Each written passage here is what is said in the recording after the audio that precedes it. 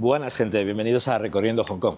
Yo soy el señor Conejo y hoy vamos a hablar de un tema que también trae cola, es bastante polémico, porque hay como dos versiones del mismo y yo vengo a aclarar un poco de dónde surge, cómo ocurrió y cuál es la historia de esta situación. Hoy lo que vamos a hablar es del Tíbet. El Tíbet es un sitio bastante único, ya que la gente que vive allí son de etnia tibetana y el lenguaje que utilizan es el lenguaje tibetano. Y la religión que profesan son o el islamismo tibetano o el budismo tibetano, así que tienen muchas particularidades propias de ellos solos.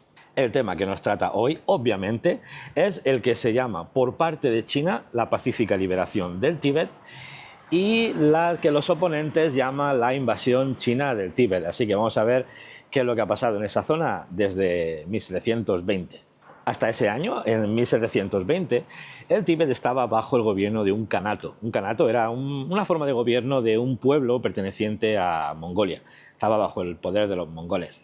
A partir de ese año, 1720, la dinastía Qing, con el emperador, se hace con el poder del Tíbet. Expulsan al kanato y se quedan con ese territorio. A partir de aquí vamos a darle fast forward, vamos a darle un salto de 200 años hasta el año 1911, donde ocurre la revolución de Xinhai, que representa el fin de la dinastía Qing y el comienzo de la República Popular de China, es donde se establece China como la conocemos hoy día. A partir de la revolución Xinhai, el Tíbet se convierte en una región independiente, una región por su propia cuenta, no tenía el gobierno de China, era una situación simplemente independiente. Pero un año después, en 1912, el gobierno comunista decide que todos los territorios que pertenecían a la dinastía Qing van a pertenecer también a la China contemporánea. Esto no evitó que el Tíbet se mantuviera en su estatus independiente. Y esto es lo que yo voy a explicar ahora, cómo se vivía durante esa época de Tíbet independiente, porque es bastante chocante. Bien, la vida en el Tíbet era muy parecida, para que hagan una idea, a la Edad Media europea. O sea, era una teocracia, estaba gobernada por la religión, y en el poder estaban el Dalai Lama como cabeza y luego los nobles, que eran los que más o menos manejaban la cosa detrás de los hilos, aconsejando y dando sugerencias al Dalai Lama. El resto de la población se veía circunscrita a un sistema de castas. Estas castas se supone, venían dictadas por tu actuación en la vida anterior. Así que los ricos tenían el poder e incluso la obligación de abusar de los pobres, y los pobres solo tenían la oportunidad de aguantar y mantener su vida como buenamente pudieran bajo la opresión de los ricos y del gobierno. La región se encontraba aislada políticamente del resto del mundo, aunque sí que tenían ciertas conexiones ocasionales con India y con el Reino Unido. Estaban tremendamente atrasados. Cualquier tipo de modernización era opuesta por la casta dominante. De hecho, ni siquiera tenían arados de hierro, no tenían luz eléctrica, no tenían hospitales, no tenían carreteras. Solo había dos coches, que dicen, ¿para qué si no había carreteras? Pero bueno, había dos coches, Tíbet 1 y Tíbet 2, que pertenecían, por supuesto, al Lama. También había una ley horrible de castigo a los criminales. Por ejemplo, se hacían amputaciones, pero amputaciones sin anestesia, sin antisépticos, nada, a lo bruto, de manos, orejas, narices, brazos, piernas. Todo lo que se pudiera cortar, ellos lo cortaban para castigar a la persona que, en teoría, se supone había hecho un mal o un delito. La pena de muerte, por supuesto, estaba implementada como cualquier cosa. Y el resto de la población rasa, la mayor parte, un 80% me parece, eran esclavos. Pero esclavos de tener que trabajar para un dueño, un amo, no poder mirarle a la cara, no poder hablar sin permiso, sobreviviendo a base de la mínima comida, la mínima ropa y el mínimo espacio que le pudieran dar para vivir. Era una situación totalmente abusiva, que además era de muy poquita población rica a muchísima población rasa. Era una sociedad que no tenía tampoco industria ni nada, eran mayormente agrícolas. Y tenían una esperanza de vida de 35 años. Esta esperanza de vida, con el gobierno de China en el poder, se duplicó. Había otros abusos que hoy día nos van a llamar mucho la atención. Por ejemplo, eran prácticamente todos analfabetos, y la educación a la que podían acceder solo era para hombres. Las mujeres no tenían derecho a educación, muchas veces no tenían derecho a hablar con hombres, no tenían derecho a mirar a la cara a personas masculinas. Incluso había creencias muy extrañas, todavía creían en las brujas, o incluso si había una mujer que daba a luz a gemelos, la podían ajusticiar como si hubiera engañado a su pareja o hubiera hecho algo extraño. El hecho de vender cigarrillos se castigaba con latigazos. Y en las épocas tempranas, hubo un intento de evangelización por parte de varios misioneros cristianos, pero ellos fueron recibidos con violencia. A la mayoría se les expulsó, pero sí que hubo algunos asesinatos por parte de los budistas hacia esos cristianos. Si os interesa saber más o más profundidad sobre esto que estoy contando, os voy a dejar en la descripción un enlace que me mandó una amiga, que también es la editora de mi libro. Así que muchas gracias, Nuria, y muchas gracias, Paco, por tu ayuda. Vamos a dar otro salto en el tiempo hasta 1949, cuando el gobierno comunista decide por fin entrar en el Tíbet.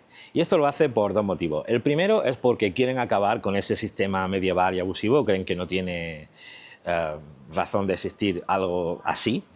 Y en segundo lugar, porque como ellos pensaban que todo lo que pertenecía a la dinastía Qing les pertenecía a ellos, quieren asegurar y reconfigurar las fronteras del país. Para esto, China envía a 1 millón de soldados al Tíbet y se producen sobre todo negociaciones, ya que estaba mediando Reino Unido e India, por supuesto. Estas negociaciones no tienen éxito y se basan básicamente en intentar acordar cómo se va a manejar la situación a partir de entonces. Cómo se va a encargar de la defensa, cómo se va a configurar el mercado, qué nivel de independencia va a seguir teniendo el Tíbet, cómo vamos a hacerlo con el ejército, en fin. Hay muchas charlas, muchos ofrecimientos, muchas contraposiciones y al final no se consigue nada. En 1950 hay una lucha en la frontera entre Tíbet y China, donde por supuesto gana China. Esto hace que las negociaciones se vuelvan a empezar y con una luz nueva. Estas negociaciones finalmente se cierran con la firma del Tratado de los 17 puntos, que os voy a leer, los tengo aquí apuntados porque no quiero perderme ninguno ni decir nada mal. Así que os cuento qué fueron las 17 condiciones que finalmente llegaron la paz a Tíbet y China. El Tíbet sería parte de China y no tendría contacto con fuerzas extranjeras. El gobierno local trabajaría junto al PLA, el Ejército de Liberación de China. El Tíbet tendría un estado de autonomía bajo el poder central de China. No habría una alteración del gobierno del Tíbet, es decir, lo que ya había no lo van a cambiar, simplemente va a estar supervisado por China. No se van a tocar las funciones del órgano religioso, ya sea del Tíbet, ya sea de la iglesia que tienen por allí, que tiene un nombre muy difícil, no sé si puedo pronunciar, se llama Panchen Gerthentai, no lo sé, si alguien lo sabe mejor, por favor, me lo pone por aquí debajo. El lama y el Panchen tendrían una relación amigable y trabajarían en conjunto. Se respetaría también la libertad religiosa del pueblo. Y además el ejército del Tíbet, que lo tiene, se integraría dentro del ejército del PLA de China. La lengua tibetana se seguiría enseñando, se seguiría usando y se seguiría respetando. Además, también mantendrían la industria agrícola que tenían y van a impulsar otro tipo de industria en la región. Además, si el Tíbet quiere producir cualquier cambio, tiene que consultar y ser aprobado por China. China mandaría una comisión que estuviera establecida permanentemente en el Tíbet para controlar la situación. Otro punto es que además los oficiales de Tíbet pueden mantener sus puestos, no van a deponer a nadie, incluso si tuvieron visiones anti-chinas, si tuvieron opiniones anti-China, siempre y cuando se comprometan a no hacer nada al respecto en ese sentido. Los asuntos exteriores del Tíbet los controlaría China y además no habría agresión mutua entre las dos regiones. Los fondos por los que funciona el Tíbet los manejaría China también. Y este acuerdo, estos 17 puntos, acaban con el punto 17, que es que todas estas normas se aplicarían desde el momento justo en el que se firmara el tratado. Damos otro pequeño saltito en el tiempo hasta 1959, donde hay cierto sector de la población que considera, especialmente oficiales, nobleza, consideran que el tratado de los 17 puntos se firmó bajo condiciones opresivas, no están de acuerdo con él, no lo aceptan y además hay cierto sentimiento anti-China en la región. Eso pasa siempre que un gobierno extranjero se pone en otro sitio. Y esto dio lugar a lo que se llamó el levantamiento tibetano. Fue una lucha bastante breve entre China y el Tíbet. y acabó con muchos muertos, con miles de muertos, sobre todo tibetanos. A partir de este conflicto de 1959, el Dalai Lama XIV, el que conocemos todos normalmente, se marcha del Tíbet, se marcha a vivir a la India y allí establece un gobierno en el exilio que se llama la Administración Central del Tíbet. Este llamado gobierno en el exilio tiene una rama judicial, una rama legislativa y una rama ejecutiva, es decir, es un organismo bastante grande. Además, por supuesto, tiene un sentimiento anti-China fortísimo y anda en coalición con otras fuerzas anti-China, como Estados Unidos o el Reino Unido. A mi parecer, este gobierno en el exilio lo que son unos nostálgicos del tiempo medieval, feudalista y esclavista que había y que hemos hablado antes. Y entonces, ¿cuál es el argumento del sector anti-China y de este gobierno en el exilio para estar en contra de lo que hizo China en el Tíbet? Bueno, pues lo que llaman la sinitización, que es convertir al Tíbet en una región mucho más parecida al resto de China a lo que eran antes, mucho más independiente y mucho más propia cosa, ¿no? Por ejemplo, una de las cosas de las que se quejan es que se ha facilitado mucho y se ha impulsado la muda de población china a Tíbet, y eso lo consideran una especie de invasión.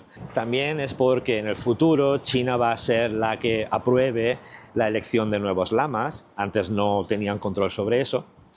Y también ha habido mucha irrupción del lenguaje mandarín, del idioma chino, en la educación formal, la educación pública del Tíbet. Eso también lo consideran un ataque a su propia identidad, aunque luego yo, por lo que yo tengo entendido, aunque no lo conozco en profundidad, el lenguaje se sigue utilizando, siguen teniendo su entretenimiento, siguen teniendo sus libros, el lenguaje lo estudia todo el mundo y se utiliza libremente. Simplemente han incluido en la educación, porque es parte del plan del gobierno chino para todo el país, el idioma mandarín.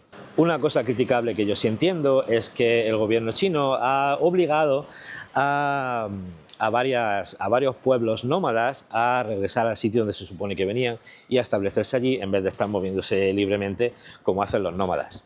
Por otro lado, una cosa positiva que hicieron, aparte de modernizar el país, es la construcción de un sistema de trenes que está conectado al resto de China, y que eso también hace que sea muy fácil para la población china ir a Tíbet, algo que a los detractores no les parece bien. Para terminar, me gustaría decir que Estados Unidos, por supuesto, habla de un genocidio cultural en el Tíbet, pero a mí me parece que las pruebas no apoyan eso. Sin embargo, lo que yo quiero que hagáis es buscarlo vosotros, buscar cómo funciona el Tíbet, buscar vídeos del Tíbet, buscar información, comparar lo que vosotros encontréis con las alegaciones de Estados Unidos de ser un genocidio en Tíbet.